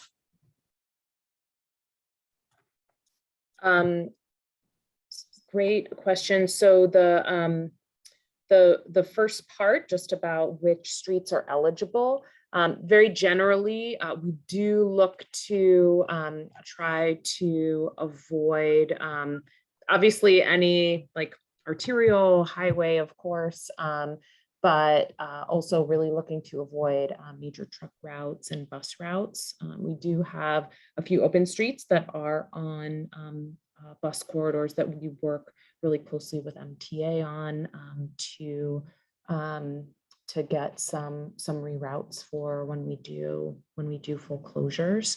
But those are the types of kind of uses of our streets that we certainly look at, particularly when DOT is doing our first pass at an internal review. As an individual on a block that has an open street application, I think it's incredibly important to to connect with the partner organization who is applying, to reach out to your local community board, and also reach out to your local council member. Again, community boards and council members are reviewing applications, and so they're a great aggregate for individuals, and maybe it ends up being multiple individuals that all have the same set of concerns. So really important to stay connected with the community board and your elected officials. Would then, if somebody, a group of businesses or somebody applies, a person would have to be checking every month at this community board website to see who's applying and who's not? How does an individual end up knowing about it? Or is the burden put on us to keep checking, keep checking, keep checking? So like I mentioned, part of our work in the permanent program is to really encourage partners to get the word out there as much as possible. New locations, like I mentioned, need 3 letters of support, but we also strongly encourage partners to flyer, to use digital means to try to reach everybody on the block or on the corridor to really get the word out so that it's not a surprise. Okay, and just one last quick thing. On Avenue A, technically, it would be eligible for open streets, and how much of it would be eligible? Sorry, give me just 1 second. Sure.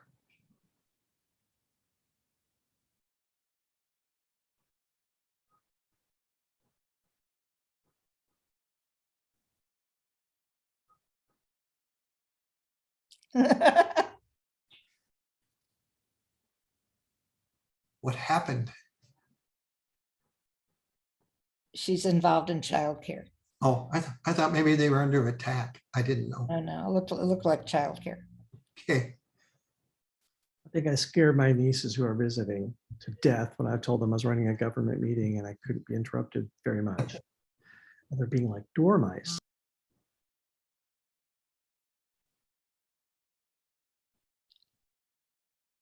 Okay. Very sorry. So really quickly about your question about Avenue A. Part of our work on Avenue B is to start to think about, are there kind of next level of street safety designs that we want to think about along the corridor. So that's something we're kind of working through stages of community engagement now, and will ultimately be coming back to the board. But I think anytime we look at open streets, we are thinking about the larger network. And so we're definitely kind of very sensitive in the consideration of like 2 major avenues right next to each other. So yeah, that's definitely something we would think about and probably do some further investigation, and definitely consider the larger network impacts. Thank you.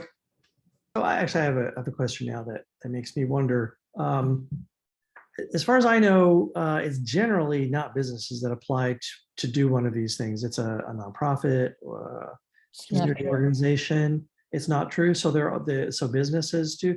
Is there an example of like a business that would want to operate one? 7th Street and 8th Street. 7th Street and 8th Street.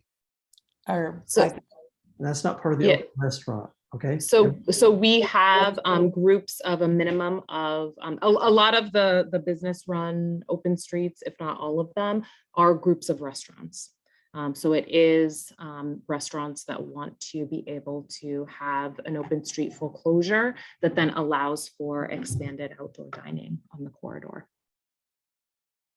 Okay. So before I go back to Emma, I'm going to ask Fresh to speak now.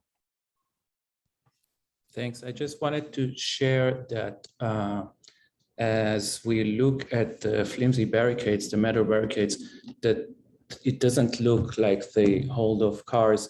It's actually, there is a dramatic reduction in the number of vehicles that are going through Avenue B. When we did the campaign in 2019 and we came to CB3 to ask for safety features on Avenue B, we did some counting of cars and bikes, and it was about 180 cars used to drive up on Avenue B on rush hour. Rush hour on Avenue B is 8 to 9 a.m. when people drop off their kids at school. And that time it was 180 cars and about 40 bicycles and scooters. And last week, me and a bunch of other volunteers, we stood on that same corner on that same time of year, and we counted, there were 58 cars instead of 180, and there were 89 bicycles and scooters and people who don't use cars. So it was actually the majority, and that was consistent because we counted on Monday and Tuesday and Thursday and Friday, and it was the majority of the road users were non-cars. So when DOT comes back to the community with some changes, I hope that it will be considered, and also that the experience of an open street where there is no free car allowed is much nicer than right now, the current situation where 50% of the street space is dedicated to parked cars. Thank you. Thank you. Emma, want to unmute? Hi, thank you. All right, now we're talking about open restaurants, and I actually have a number of questions and comments, but I'm going to keep it down to 2 due to time restraints. Not restaurants yet. Oh, I'm sorry. No, I'm sorry. You call on me Yeah. when you want to talk open restaurants. Thank you. Sorry. Okay, sorry about that. So, all right, so if we want to switch over to talk about open restaurants, is Susan, go ahead. So I want to give Jennifer Leung here.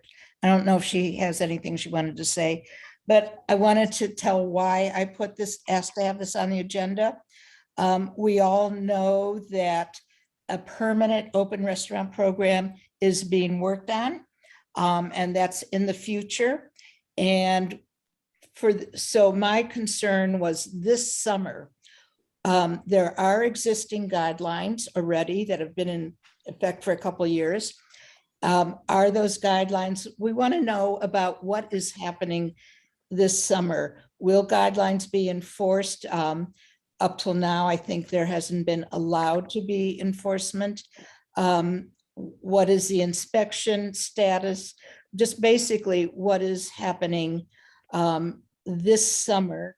What can we expect, and how do we work with DOT, and what is DOT enforcing and educating? Because this is also a problem for the businesses to be educated. So maybe we can let Jennifer maybe give a broad answer. And I want to also say many people, including myself, have been very frustrated, but I want to say, Jennifer, it is certainly not her fault. She has worked as hard as possible to be responsive to us and to try and get answers to us. And I want to thank her for that. Thank you, Susan. Good evening, everyone. Jenna Leung, DOT Manhattan Commissioner's Office. So currently all the current regulations are available on our website. Our current inspections are complaint driven. We have been and we continue to issue, cease and desist and termination letters. I will say that, like you mentioned, all the frustration we all have been hearing about, we would like you to continue to pretty much contact us, on specific locations. We will continue to work with our sister agencies on these issues. Like there are various issues that isn't only just DOT, but then there's also some other agencies that we need to work with. I could share with you the contact info where you could just contact the commissioner's office and be able to send some of these issues in. And like I said, they're all complaint driven, and it's, we have a team of inspectors that actually day to day, they go out there, and it's within the 5 boroughs that they actually do these inspections.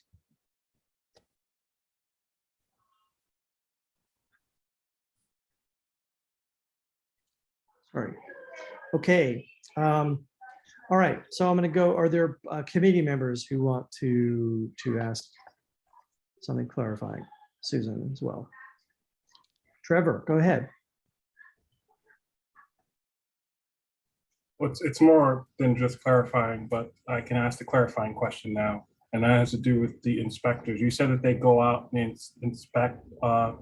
What's the result of the inspection? You said that there's some fines, but I know I've submitted several complaints about, and particularly one restaurant which has like 3 tents which block the entry to the park, and it's been like that for 2 years. So I'm wondering, is it the amount of complaints, or there's nothing that can happen? Because I don't see any action on that one, and I don't think people are going to continue to complain if they don't see action on really egregious situations. I've also complained about that one. So it's definitely the amount of complaints. I actually recall which one you're talking about. See, there is a process when they go out to do these inspections. They always start off with a simple 24-hour notice. Then they go back, whenever they can to give them a cease and desist. And then depending on what kind of non-compliance issues, they try to work with them. But sometimes there's also some back and forth. And sometimes the restaurants themselves also reach out to us. I mean, we do what we can to, make them in compliance, but there are also other issues that we have to continue to go back to them and work with them on it. So that's been a year for that place. I guess that's something that shows in our list of bad actors. I think they will be continuing to see what else we can do for that particular location. David, that's all I have for now. Got it. Are there other questions? Before I go to the public, anybody else from the board? Okay, if we're ready with a timer, again, it's going to be a 2-minute time for a question or comment. Please, Laura. Thank you, David. So, we're a small business advocates at EBCC, and we worked with the restaurants throughout the pandemic and have relationships that go way back. But we've had the same issues as Trevor reports with a lot of the reporting. We have seen some movement over the last few months, and it's made a big difference. When we noted a rat infestation on Avenue B between 11th and 12th, and this is even with the cleanup corps' daily attentions, other streets that don't have that are worse. We sent emails to the restaurants. We sent them links to Rat Academy. They didn't go. We did a door-to-door rat abatement training with neighborhood gardeners, and we cleaned everything up all together, and they didn't keep it up. It's been very frustrating, and we really understand that they're stressed, and it's a combination of residential garbage, commercial garbage, not enough room for the garbage pickups and all of that, but it's incredibly frustrating.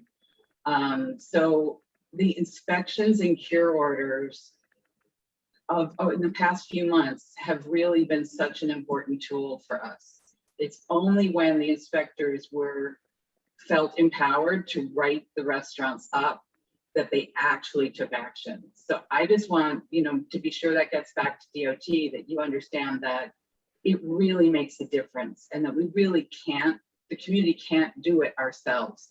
We just are, like a pest, and instead of, it's not productive. We spent so much time, it's like almost a year, and within 4 to 6 weeks of the inspectors writing the orders, the conditions seriously improved. So that's really important. And I have a couple other very quick things, and that has to do with the speakers, external speakers. So amplified sound outside is not allowed, but there are large banks of external speakers in places mounted to the side of the building. So when your inspectors see them, does that get reported and issued a cure order? Because it seems to me that it should. There's no box when you call 311 to report this type of noise. You just have to report general noise from a commercial place, which gets a police response. So I also would love clarification on exactly how the community is supposed to be reporting noise from external speakers that isn't allowed in the outdoor dining program. Thank you. Thanks for the extra time, David. You're welcome. Jen, you want to say something? Yes. For the speakers in the outdoor dining setups, definitely try to report them to us. We do end up having our inspectors start look for them now. And is there a link? Is there a link? The typical contact your commissioners link should have something for open Okay. restaurants. I think you could just input it in. Okay, thank you.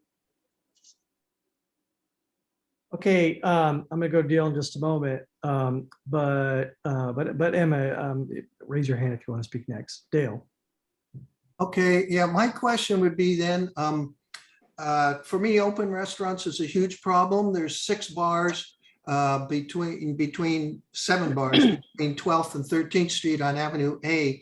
And my question is, how is DOT gonna deal with noise from bars? Are the huge thing, because they make twice as much noise as restaurants. And I got 6 bars between 13th and 14th. And it's really problematic to make complaints because you hear yelling from one bar, you can make a complaint. By the time anybody shows up, there's yelling at another bar. It's like whack-a-mole. And I was wondering if bars could be put into a separate category for noise issues and how to be dealt with, because you almost need an inspector on problem corners like Friday and Saturday nights. You got to have somebody there live to catch it, because it's a huge burden for residents to chase down the noise from the various bars. There's shouting that rolls up and down the block. And I think that's it's very problematic to put put bars in the open restaurant program. Personally, I don't think they should be eligible because you're putting bar noise on the street. And that's insane. There's that they are born to make noise, and to say, oh, it's all, open dining, open bars, it's all the same. It's not, especially when you live in a situation like I do. So does DOT have any realization of this particular issue when it comes to bars? And if so, how can they recommend we deal with it when 10 minutes it's at one bar, 5 minutes it's another, etc.? So currently with bar noise, we don't really enforce that, but that's something I'll definitely bring back to my team. You don't enforce it? Not for bar noise. If someone's shouting and all that, we don't enforce that. When it's on the street, when their bar crowd is on the Not street? against the law. We don't enforce noise of that type, not on the streets like that, not from people. Interesting. Emma. Okay, I've got a couple comments and a question. Actually, I've got many, but I'm have to keep this short. So first of all, I just want to say that I was honestly, and at this stage in the game, and the back and forth that's gone, the amount of public input that's happened, there's been like 3 different things throughout the course of the last year, something like that. That in the open restaurants permanent program design guidelines that were put forth in January of 2022 and up until tonight was the only thing that we had seen in terms of the guidelines. It details all the aspects of what a permanent open restaurants will ensure. Not one of them talked about ensuring how it was going to respect the residents' right to a decent quality of life. Not one. I couldn't believe it, because we've given this feedback now a bunch of times. Not one. Take a look at that presentation. The little cute picture with the little bubbles where it says, we're going to ensure this and we're going to ensure that. Not one of them talks about the residents, right? So absolutely horrified. And in this presentation that we've just heard from Emily from the DOT, she repeatedly spoke of equity and partnership. And I'm really interested to know equity for and in partnership with whom, because it certainly does not feel like the residents. That they openly and easily speak about the fact there's no enforcement for crowd noise. Right. So then that's part, I'm going to get to that in one moment, sir. There are for sure no partners. And now I'm going to go to the next point. She was talking about when I asked previously and about the open streets, about there being a partnership with people to make sure that emergency vehicles can get through. I can promise you on my street that there is no partnership of people standing by to open up the barriers, right? And I applaud Laura Sewell for her program, her coalition trying to work to make sure that certain things happen in their street. We don't have such a thing happening here on the Lower East Side, at least not in my neighborhood, which is probably one of the most robust areas for these programs. And the onus should not be put on the public to volunteer their time to monitor a situation that's been created by the city and the restaurant industry, and that many residents do not want to begin with. My last thing is a question, and that is that according to the same document that I referred to above, the DOT said it's going to enforce barriers, clear path, ADA compliance, amplifying sound devices, speakers, radios, etc. Considering the complete and utter lack of current enforcement, I mean, absolute lack, there's none, there's zero. I, along with the members of my block association, would like to know exactly how the DOT plans to enforce compliance. And if they want to get the people of the city on board with what they're doing, it can't be, oh, we're gonna flesh that out. We're gonna get to it. You're gonna find out. I wanna know how it's gonna be enforced. Can you wrap up? Are you? Done. Mhm. Thank you.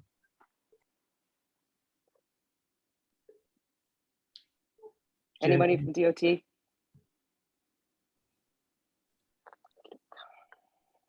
I heard everything you said. I'm just gonna have to bring it back to my team. I understand all the frustration that you guys have been letting us know about.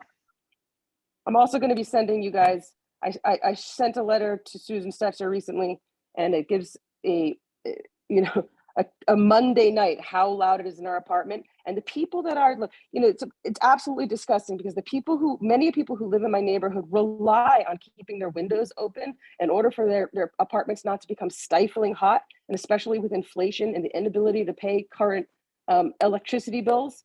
And the amount of noise that there is in the apartments is atrocious. I'm done, sorry. Susan.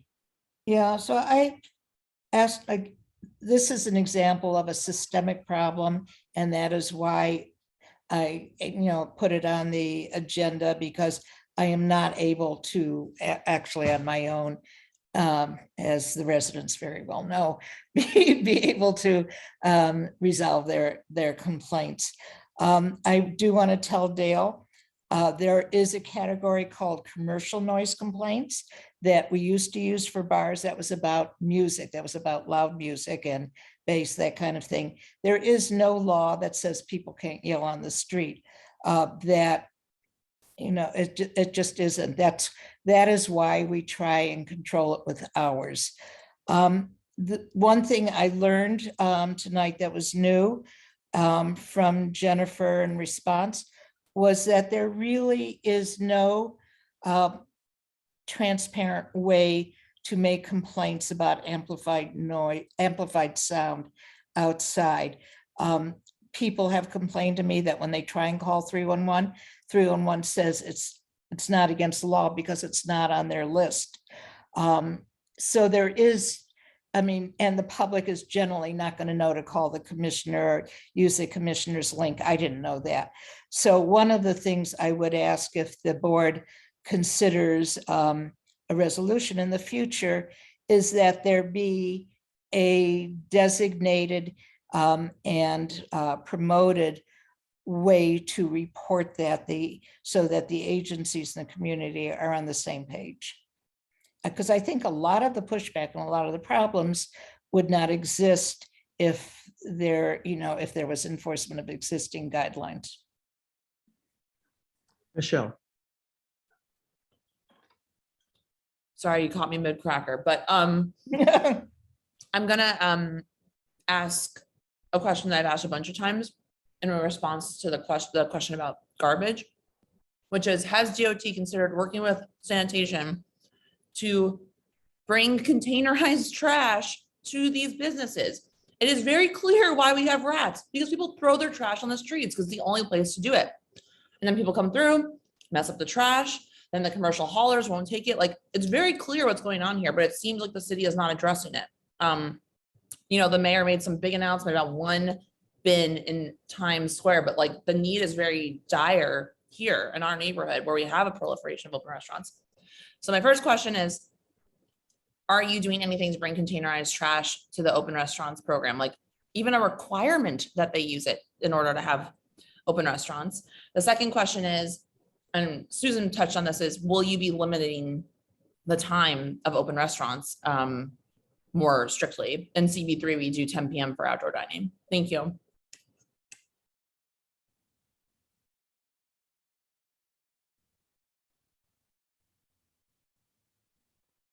Jen? You're muted, Jen. I'm so sorry about that. Can you repeat that one more time? I'm so sorry. Containerized trash. It seems integral to have that in order to have a successful open restaurants program, because it is not that there is necessarily more trash. It is that there is less space for the trash that we are required to throw on the street because of our barbaric ways. I mean, people from the dark ages would probably look down on this and think it's insane. Why do we not have containerized trash? Have you considered making it a requirement for restaurants that are going to participate to have containerized bins, even if they need to buy it themselves? There are companies that make them. The second question is, will you be limiting the time for open restaurants to something earlier? Right now, it's like pretty unclear, 12 a.m., 4 a.m. I don't think anyone really knows. We do 10 p.m. here. Those are my two questions. Thank you. Okay, thank you. So for the first one, containerize for the garbage. That's something that we have to speak with sanitation, because there is a new clean curbs program that they do have. But that's something we could bring it back to sanitation to speak with them about. Then for the timing for the open restaurants, under the current temporary program, the hours currently match the hours of the state, which is whatever indoor hours that they currently have. But then in the future program, I think we're gonna have to limit that. I think in the future program, we might be able to have midnight from, let me see, Sunday to Thursday, and then 1 a.m. from Friday to Saturday. Okay, so that's late for us here in CB3, and part of the problems that Dale was talking about, I'm sure, come from the late hours that restaurants are allowed, or bars are allowed to have outdoor dining.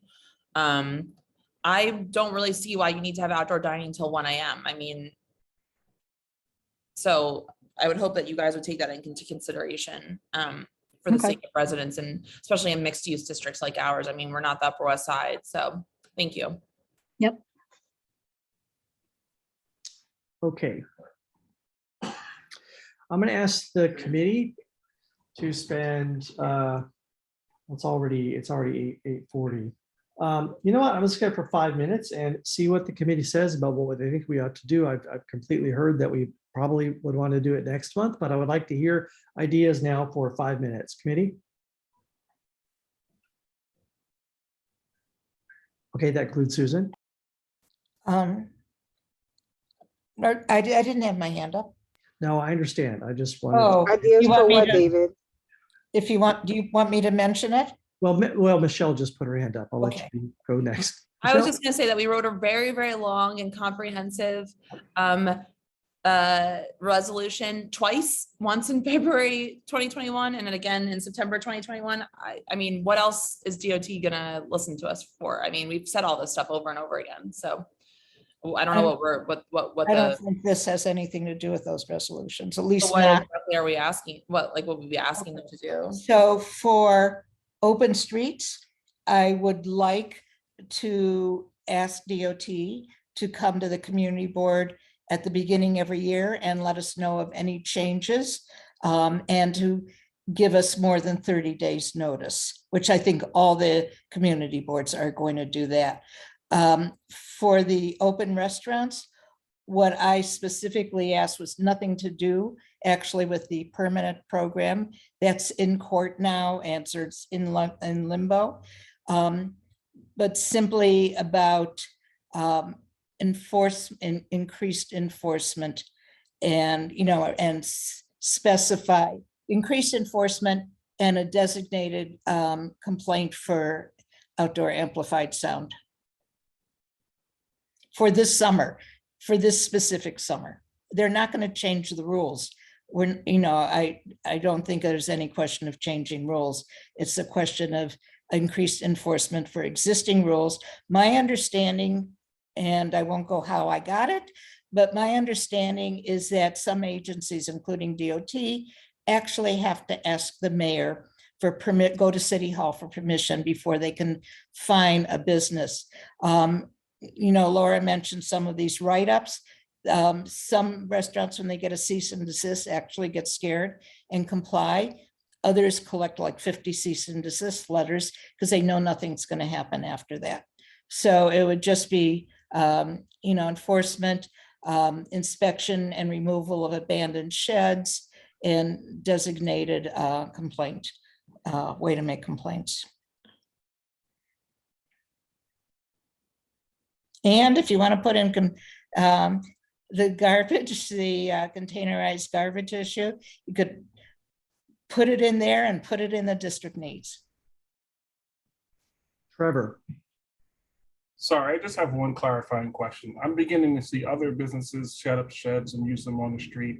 Are those limited to restaurants, or can any business now set up a shed? Jennifer? You said if just any business? No, it should Yeah. only restaurants can. Anyone that they have to self-certify before they can set up a setup.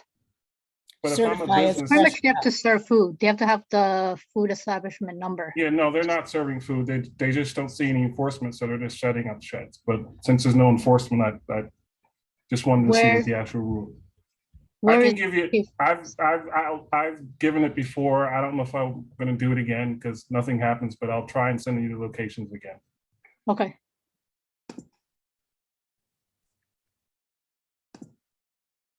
So I take back the minute 15 seconds. What I'm going to be doing is putting this back on the agenda for next month. And at that point, we will pass a resolution or two. Down to the last minute. I'm not seeing any other hands. So I think that we are done discussing this. And it doesn't look like we have any other business tonight. Nobody wants to correct me on that? Could I Then go ahead. give you one thing? So we are starting to write district needs, and we are making agendas for agencies for budget consultations. So if there are any programs such as containerized trash or anything else you want to know about funding for, this is for the fiscal year starting a year from this July 1st. So please send me, you don't have to vote on those, they're just questions. Please send any questions to me about any programs you think you might want to ask or inquire about funding. And David, maybe could you ask people to read the district needs before July, and we could put it on the agenda for July?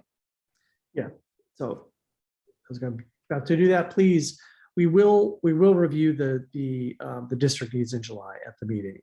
So if the committee members will have read it in advance, and so that's transportation, public safety, and environment. It's under various headings, but read the sections before that.